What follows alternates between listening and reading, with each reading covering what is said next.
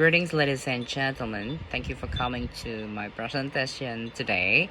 And here I would like to present concept of language production and processes of language production. But before I start, let me introduce myself. My name is Sahrul and I am one of English literature students, and this presentation is I brought for psycholinguistic subject in my lecture, and to make sure that I present these materials properly, and I use two kind of journal article. The first journal is related to the concept of language production, and the second journal is related to the process of language production. The first journal is from Sibley and Aitner. The title is The Relationship Between Physical Activity and Cognition in Children, a meta-analysis, from Pediatric Exercise Science Journal, volume 15 and issue 3. And then the second journal is from Carmel F. Smith.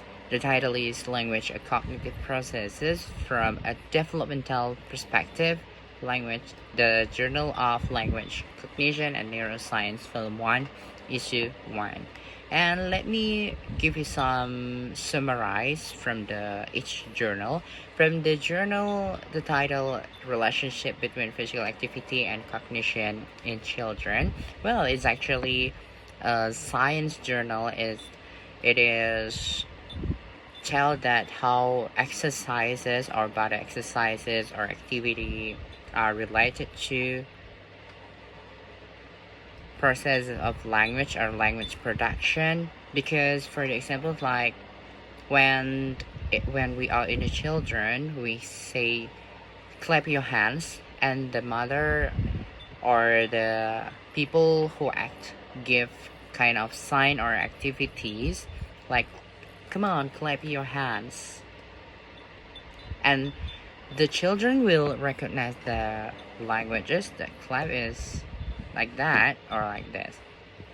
And then the second journal, the summary, is Language and Cognitive Processes from a Developmental Perspective. This is a kind of journal that tell you about the developmental perspective and the cognitive processes, though it is related to linguistic aspect. And then here's the concept of language production. The first is the conceptualization, and then the formulation, and the final is articulation. So there are three the concept of language production. Each of the concept make a stage. The basic is conceptualization, and then formulation, and followed by the articulation as the result. Conceptualization. Conceptualization is the accessing relevant knowledge, memories, and experience related to the certain topic. This is the most strong part in gaining the languages, is give the memories, and you have to experience something. It means that you need to hear someone say something, and then you experience that. You know how the gesture, you know how the body language, you know the meaning, and then the relevant knowledge also works in here, and that makes our brain gain memories. So the basic is the conceptualization, and then the second stage is the formulation. Formulation is selecting appropriate words, phrases, and grammatical structures, and organizing the information in logical manners. This is the formulation, like all our brain works, like when we receive something, and then the logical things or logical brain works in order to selecting the appropriate words, phrase, and grammatical structure. Is it good or not good? So it is the formulation. And then the final is the articulation. The articulation means that you produce something from your speech or from your mouth, and the meaning of articulation is speech production, including lips, tongue, and vocal cords to produce sounds or words of the spoken language. It means that you produce the languages. So this is the final of the concept of language purchases. And this is the process of language production. The first one is semantic, and then the syntactic, and last but not least is phonological. From this stage is semantics, is the very basic kind.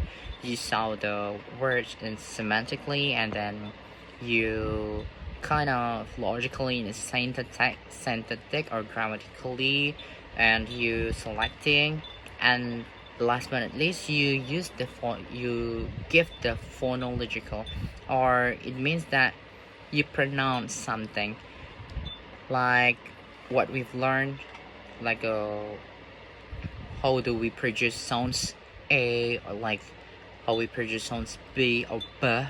It's like all the part of our body, especially for lips, tongue, the lips, tongue, and the other part of the language processes. This is called phonological. And here's the case that might damage the language production process. The first is developmental disorders.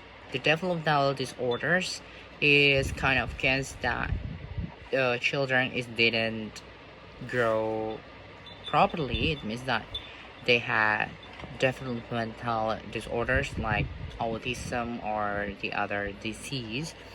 And then the second one is the traumatic brain injuries. It means that the children, when they are growing, they got traumatic or brain injuries, like the physical things that give the traumatic, until the children didn't get the language production. So the children, like, they didn't want to say something because they are traumatic to something.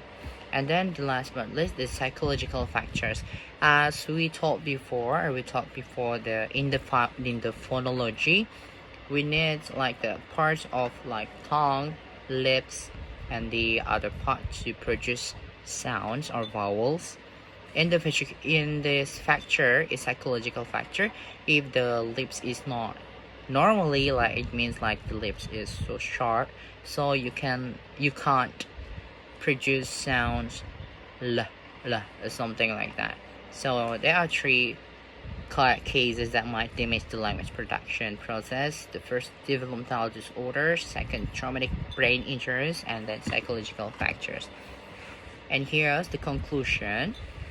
Concept of language production is language production involves the cognitive processes of conceptualization, formulation, and articulation. This is what we had in the stage before. And then it requires accessing relevant knowledge, organizing thought into linguistic structure, and movement for speech production.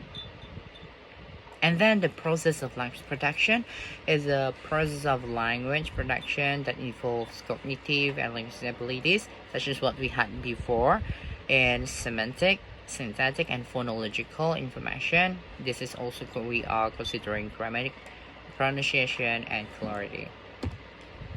This is the reference, and that's all of my presentation today. If you have any question, feel free to ask me at any time. For your attention, thank you.